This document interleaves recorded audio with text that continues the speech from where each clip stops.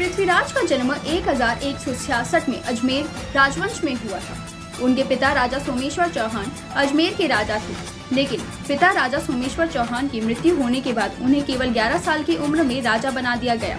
कम उम्र के होने के कारण पृथ्वीराज की मदद के लिए उनकी मां ने शासन चलाने में उनका साथ दिया। राजा के रूप में पृथ्वीराज का पहला युद्ध अपने चचेरे भाई नागार्जुन के विरोध को दबाने के रूप में हुआ। इस जीत ने पृथ्वीराज को मजबूत किया। पृथ्वीराज के जीवन के अहम मोड़ गहरवाल वंश के राजा जयचंद से हुई लड़ाई के दौरान आया, जिनकी राजधानी कनौज थी। पृथ्वीराज रासों के रचयिता चंद्रबारदाई के अनुसार जयचंद्र की पुत्री संयोगिता से प्रेम और फिर उनका हरण कर विवाह करना पृथ्वीराज और जयचंद की लड़ाई का प्रमुख कारण बना।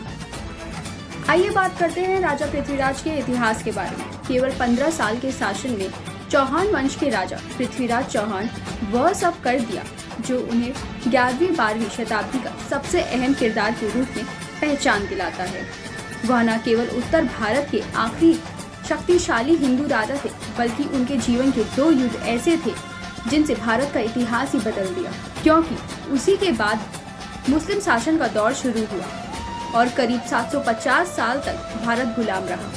इस दौर में भारत ने गुलाम वंश से लेकर खिलजी, तुगलक, मुगल शासन को देखा और फिर अंग्रेजों की गुलामी का भी सामना किया। पृथ्वीराज चौहान की तराइन पृथ्वी के युद्ध में हुई हार भारत के भाग्य के लिए निर्णायक साबित हुई।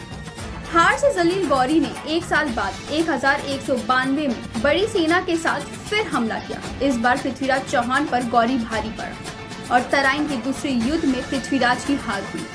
पृथ्वीराज चौहान की मौत चाहे जैसे हुई हो, लेकिन तराइन के दूसरे युद्ध में पृथ्वीराज चौहान की हार ने भारत का इतिहास ही बदल दिया, क्योंकि उसी के बाद भारत में मुस्लिम शासन का दौर शुरू हुआ। सबसे पहले 1206 में कुतुबुद्दीन ऐबक द्वारा गुलाम वंश की स्थापना हुई। उसके बाद खिलजी वंश, तुगलक वंश और मुगल वंश के शासन रहा और उसके बाद भारत अंग्रेजों का गुलाम हो गया, जिनसे फिर 15 अगस्त 1947 में भारत को आजादी मिली।